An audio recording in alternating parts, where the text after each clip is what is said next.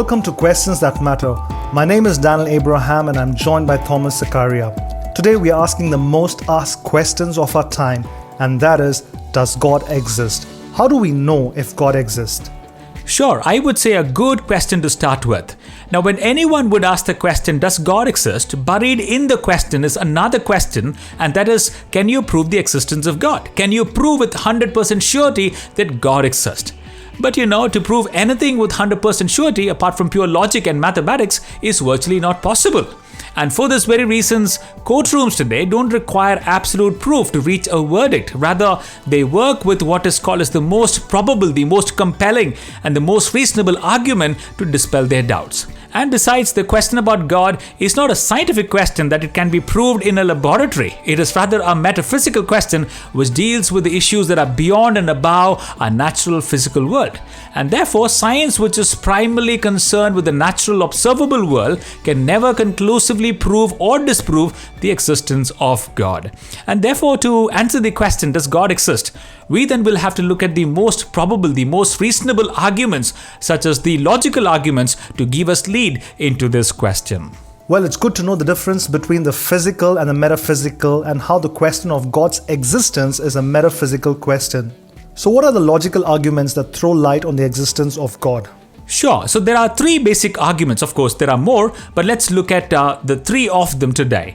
The first one is the cosmological argument.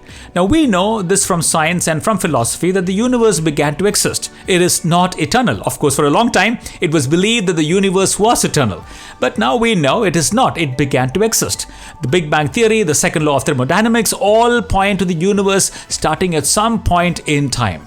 Now, because the universe began to exist, logic demands a cause behind its existence. For example, when you hear a bang, your mind assumes that the bang has a cause. It did not come out of nothing. It just can't be right. There must be some person or property behind the bang. Now, why do we need a cause? Again, the principle of cause and effect. Each effect is the result of some cause, and each cause is the effect of a prior cause. And because it is untenable to go with infinite number of causes, we have to arrive at what is called as the first cause, or one cause, which we posit as God, who is the uncreated, the eternal measure of all other causes. So the first is the cosmological argument, which says every effect has a cause. And in this case, we say God alone can be the first uncaused cause. Yes, that's right. The second argument is the teleological argument.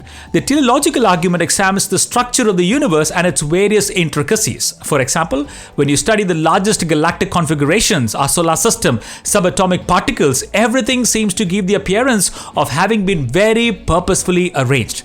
Take the human DNA for that matter. The human DNA represents a coding structure beyond the ability of the best human engineers. One study said the amount of information in one cell in your body is equivalent to 500,000 movies. That's a lot of information in there, isn't it? Or take a planet Earth for that matter. It is the only known habitable planet as of now. Is at the perfect distance, that is 93 million miles away from the sun.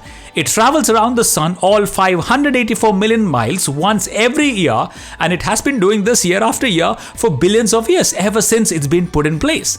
Now, the Earth follows a specific oval-shaped path with great precision. But if it veered from it just 1/10 of an inch every 18 miles instead of 1/9 of an inch, life could not exist on planet Earth. If Earth was a bit closer, there would be too much radiation and it would have been too hot. If it was a bit further, it would be too cold and we would be covered in ice. And besides, our Earth is of the perfect size. If it was a little bit more bigger, gravity would have been much stronger, and if it was a bit weaker, it wouldn't hold our oceans. So when you look at the precision of the universe around, you are then compelled to believe that this complex design, the precise design, cannot come from non-life. This is very interesting. Oh, it is mind-boggling. Let me give you another example. Let's assume, Danny, you were lucky enough to land on Mars and you notice this finely cut pieces of rock. Now, you can safely assume that the rock has been precisely cut due to the Martian wind. But let's assume you find a piece of paper with the note, "I love you, Danny." Now, this of course can't be because of winds. Such an intelligent arrangement of words has to be the work of an intelligent force behind. Now, I know what you're thinking. Aren't you saying perhaps, it's been dropped by the previous team that arrived here, weren't you? I was thinking exactly that. Yeah, I told you, I knew what you're thinking. Sure. Even then, aren't you assuming an intelligent being behind an intelligent message? So just as we assume intelligence behind an intelligent work, the teleological argument points to God as the intelligent designer behind the vast intelligence we witness all around us. Wow, that's amazing. It's like behind every building, there is an architect. Behind every book, there is an author. Behind every painting, there is an artist. In short, behind every intelligent work, there is an intelligent force. Beautiful. What is third argument? Sure, the third argument is the moral argument. Moral argument points out that we cross-culturally hold on to what is called as the moral values. These are values that are obvious to us. For example, we all intuitively know torturing an innocent child for fun is wrong. It is C.S. Lewis in his book Abolition of Men who says, across cultures, universally, there's common principles that everybody knows and lives as if they are true. Let's say principles of courage and sacrifice and honesty, goodness, truth and love, so on and so forth. Yes, the practices sure will vary from culture to culture, but you see, the principles are the same. So the moral argument would say, if there are objective moral values, God must exist. There are objective moral values and therefore God exists. Another way of framing the argument would be to say, if there is a moral law, it points to a moral law giver. So you have the cosmological argument, the teleological argument, and the moral argument. Wonderful. But if someone still says they don't believe in God apart from the arguments, what would you say?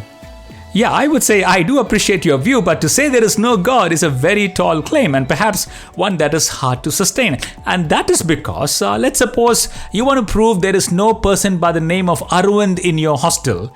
Your area of research will be just the hostel, right? It would require you to go to each room and ask for Arvind and conclusively state that on the basis of my study, my research, I have come to the conclusion that there is no Arvind in the hostel. Now let's assume you want to prove there is no person by the name of Arvind in your university. You have to go through every nook and corner of your university and, on the basis of your research, on the basis of asking everybody, you come to the conclusion saying, well, I have now, on the basis of my study, come to the conclusion that there is no Arvind. Let's assume you want to prove there is no person by the name of Arvind in India. You see, the more you increase your scope of study, the more difficult it would become even to come to a conclusive statement. And therefore, I would think to say, I'm absolutely sure there is no God is to say, I have an absolute knowledge of his known existence all throughout the known and unknown universe, which of course, I would think is a very, very tall claim. Norman Geisler and Frank Turek has a book titled I don't have enough faith to be an atheist. I do not have enough faith to be an atheist. So some people, instead of saying there is no God, would rather be agnostic, who believe there could be a God, but I still do not know him yet. I'm not yet still sure, which I would think is a very reasonable claim than to say I am an atheist. I have conclusive understanding of on the basis of my research, on the basis of my study, I've come to an absolute knowledge that there is no God. That's too tall a claim to make. Sure, that makes a lot of sense. You had mentioned earlier, there is no way we can be 100% sure about the existence of God scientifically because the question itself is not a scientific question but a metaphysical question. Yes, unless and until God himself stepped down from the metaphysical into the natural physical world. And isn't it what God exactly did when he came into the world as a person called Jesus Christ, that he stepped from the metaphysical into the natural and gave us a glimpse of who this God is. Yes, exactly. And perhaps that's the question we'll be looking at in our next episode. Is Jesus God? Thank you for tuning in. Have a wonderful time. God bless.